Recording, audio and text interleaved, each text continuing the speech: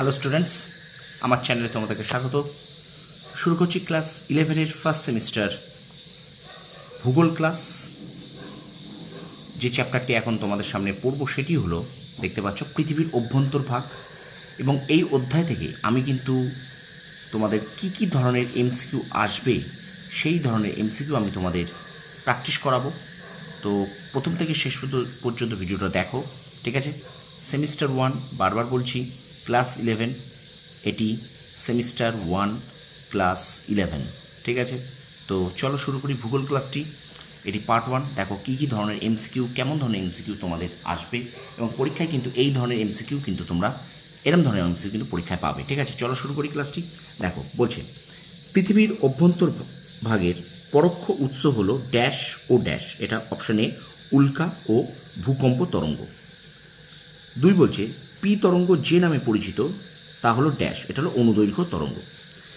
3 নম্বর দেখো, এস তরঙ্গ যে নামে পরিচিত তা হলো ড্যাশ, গৌণ তরঙ্গ। পি তরঙ্গ, এবার দেখো, পি তরঙ্গের সম্পর্ক নিচের তথ্যের মধ্যে কোনটি ভুল? বলছে পি তরঙ্গ শব্দ তরঙ্গের মতো, না পি তরঙ্গ শুধুমাত্র কঠিন মাধ্যমে প্রবাহিত হয়, নাকি পি তরঙ্গ মাধ্যমের কণাগুলি সমকোণে কাঁপতে থাকে। এটা কিন্তু হবে অপশান সি, অর্থাৎ 2 এবং 3। এই তথ্য দুটি কিন্তু ভুল, 2 এবং 3, অর্থাৎ পি তরঙ্গ শুধু কঠিন মাধ্যমে প্রবাহিত হয় বা পি তরঙ্গ, এই দুটি অপশান কিন্তু 2, 3 ভুল, ঠিক আছে? এবার আমরা চলে যাচ্ছি পরের প্রশ্নে।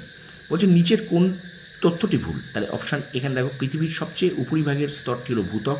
এই স্তর গুটেনবার্গ বিযুক্তি দ্বারা গুরুমণ্ডল থেকে পৃথক। এই স্তরে ভারী পদার্থ বেশি পরিমাণে রয়েছে। এই স্তরে ক্ষুব্ধমণ্ডল রয়েছে। তাহলে এটা অপশানে, যে পৃথিবীর সবচেয়ে উপরিভাগের স্তরটি ভূত্বক, এটি ভুল। এবার বলছে পৃথিবীর অভ্যন্তরভাগের স্তরগুলি পরপর সাজালে কোন বিকল্পটি সঠিক হবে? ভূত্বক, বহিঃকেন্দ্রমণ্ডল, অন্তঃকেন্দ্রমণ্ডল, গুরুমণ্ডল। তাহলে অপশান এ হবে। দেখো, 1 ভূত্বক, তারপরে 4 গুরুমণ্ডল, তারপরে 2 বহিঃকেন্দ্রমণ্ডল এবং অন্তঃকেন্দ্রমণ্ডল, এইভাবে হবে, ঠিক আছে? অপশান বি হলো উত্তর। এবার দেখো, বলছে পৃথিবীর অভ্যন্তরভাগের স্তরগুলির সঠিক বিন্যাস লেখো। অপশান ডি উত্তর। দেখো এখানে ভূত্বক, তারপর গুরুমণ্ডল, বহিঃকেন্দ্রমণ্ডল এবং অন্তঃকেন্দ্রমণ্ডল, ঠিক আছে? তো চলো আমরা আরও প্রশ্ন কিছু দেখি। আর ভিডিওটা কেমন লাগছে অবশ্যই তোমরা একটু কমেন্ট সেকশনে কমেন্ট করে জানাও। আর আমার চ্যানেল নতুন হয়ে থাকলে অবশ্যই চ্যানেলটাকে সাবস্ক্রাইব করো, পাশে থেকে বেল আইকনটি প্রেস করে রাখো। ক্লাস 11-এর ফার্স্ট সেমিস্টারে ভূগোল ক্লাস চলছে, ঠিক আছে? পৃথিবীর অভ্যন্তরভাগ এই অধ্যায় থেকে। দেখো পরের প্রশ্নটি বলছে, প্রাথমিক তরঙ্গ কোন তরঙ্গের অনুরূপ? অপশান বি হবে শব্দ তরঙ্গ। এবার দেখো 9-এর দিকে একটা স্তম্ভ মেলাও আছে। দেখো কত ধরনের এমসিকিউ তোমাদের আছে। আমি এটা তোমাদের এমনি প্রশ্ন আকারে করেছি, কিন্তু দেখো এমসিকিউগুলো একটু ভালো করে দেখো। ক স্তম্ভের সঙ্গে খ স্তম্ভের বিষয়গুলি মেলাও এবং সঠিক উত্তরটি লেখো। তাহলে এখানে দেখো, মহাদেশীয় ভূত্বক, মহাসাগরীয় ভূত্বক, কেন্দ্রমণ্ডল, অ্যাস্থেনোস্ফিয়ার, সীমা, সিয়াল, ক্ষুদ্রমণ্ডল, নিফেট, ঠিক আছে? তাহলে এখানে 1-এর সাথে বি, 2-এর সাথে 1-এর সাথে, অর্থাৎ মহাদেশীয় ভূত্বকের সাথে হবে বি সিয়াল, মহাসাগরীয় ভূত্বকের সাথে হবে সীমা। আর এখানে দেখো 3 কেন্দ্রমণ্ডলের সঙ্গে নিফে, আর অ্যাস্থেনোস্ফিয়ার হলো ক্ষুদ্রমণ্ডল, ঠিক আছে? তাহলে অপশান এ হবে উত্তর। এবার দেখো একটা স্তরে দেখো, এটাও স্তম্ভ মেলাও। দেখো সিয়াল ও সীমা, ভূত্বক ও গুরুমণ্ডল ও কেন্দ্রমণ্ডল, অন্তঃ ও বহিঃকেন্দ্রমণ্ডল। তাহলে লেম্যান বিযুক্তিতল, গুটেনবার্গ বিযুক্তিতল, মোহ বিযুক্তিতল, কনরাড বিযুক্তিতল। তাহলে এখানে কিন্তু 1-এর ডি, সিয়াল ও সীমার সঙ্গে কনরাড বিযুক্তিতল। তারপরে বলছে 2-এর সি, তাহলে 2-এর সির সঙ্গে হবে মোহ বিযুক্তিতল। 3-এর বি, অর্থাৎ গুরুমণ্ডল ও কেন্দ্রমণ্ডলের সঙ্গে গুটেনবার্গ বিযুক্তিতল, এবং 4-এর এর সঙ্গে অন্তঃ ও বহিঃকেন্দ্রমণ্ডলের সঙ্গে লেম্যান বিযুক্তিতল। তাহলে 1-এর 10-এর বি হবে উত্তর, ঠিক আছে? এবার চলো দেখি বিবৃতি। এ দেখো, গুরুমণ্ডলের নিচে পৃথিবীর অভ্যন্তরভাগের সর্বশেষ ভারী স্তরটি হল কেন্দ্রমণ্ডল, কারণ এই স্তর লোহা ও নিকেল দ্বারা গঠিত। এটা কিন্তু অপশান এ হবে সঠিক উত্তর। এ ও বি উভয় সত্য, এবং আর এ এর সঠিক ব্যাখ্যা, ঠিক আছে? এবার দেখো, বারবার বলছি এগুলো কিন্তু কী ধরনের প্রশ্নের টাইপ তোমাদের কিন্তু জানানোর জন্য, ঠিক আছে? তো দেখে নাও, ভালো করে দেখে নাও, এবং একটু বেশি করে শেয়ার করে দাও। তো বন্ধুদের মাঝে একটু বেশি করে শেয়ার করে দাও, আর অবশ্যই একটু লাইক করো, ঠিক আছে? দেখো বিবৃতি 12 কি বলছে? এ, অ্যাস্থেনোস্ফিয়ার হলো ম্যাগমার প্রধান উৎস, কারণ বহিঃকেন্দ্রমণ্ডল কঠিন পদার্থ এবং অন্তঃকেন্দ্রমণ্ডল তরল পদার্থ দিয়ে গঠিত।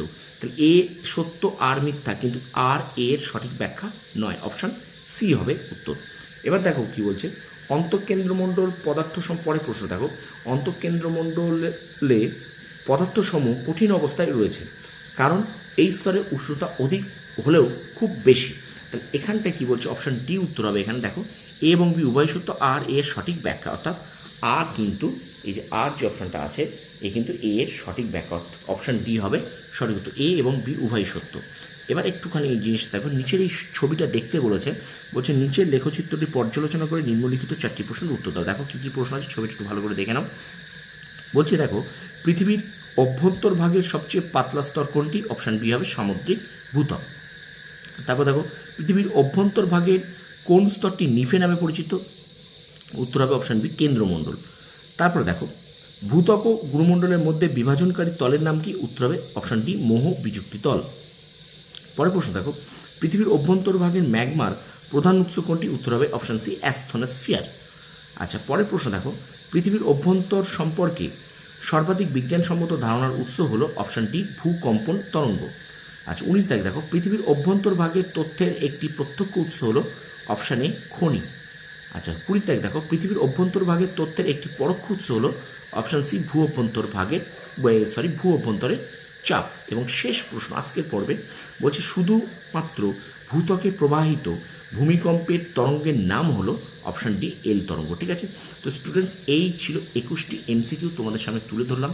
কেমন ধরনের প্রশ্ন তোমাদের আসবে ক্লাস 11-এ তার একটা তোমাদের ধারণা শুধু নয়, এই সাথে সাথে এই চ্যাপ্টার থেকেও কী কী প্রশ্ন আসতে পারে, কেমন ধরনের এমসিকিউ আসতে পারে তারও একটি কিন্তু তোমাদের সামনে নমুনা তুলে ধরলাম। ঠিক আছে, তো স্টুডেন্টস ভিডিওটা কেমন লাগলো অবশ্যই কমেন্ট সেকশনে কমেন্ট করে জানাও, আর অবশ্যই লাইক করো, একটু সাপোর্ট করো আমার চ্যানেলটাকে। তোমাদেরকে বারবার বলছি আমাকে একটু সাপোর্ট করো। তোমাদের কিন্তু ক্লাস 11-এর ফার্স্ট সেমিস্টারের ইতিহাস, ভূগোল এবং রাষ্ট্রবিজ্ঞান ক্লাস কিন্তু আমি কন্টিনিউ করে যাচ্ছি।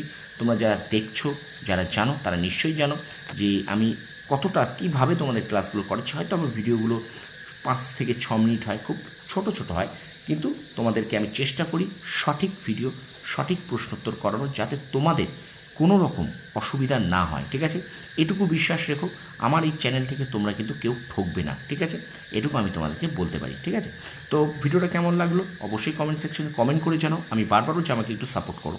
তোমরা সাপোর্ট করলে আমি কিন্তু আরও বেশি তোমাদের জন্য ভিডিও করে দেবো। তোমাদেরকে অবশ্যই আমি বিভিন্নভাবে সাহায্য করবো। ঠিক আছে, আর চ্যানেলে যদি নতুন হয়ে থাকো অবশ্যই চ্যানেলটাকে সাবস্ক্রাইব করো, পাশে থেকে বেল আইকন প্রেস করো, আর বন্ধুদের মাঝে শেয়ার করে দাও। তোমরা সফল হও, তোমাদের সাফল্য কামনা করি। ধন্যবাদ।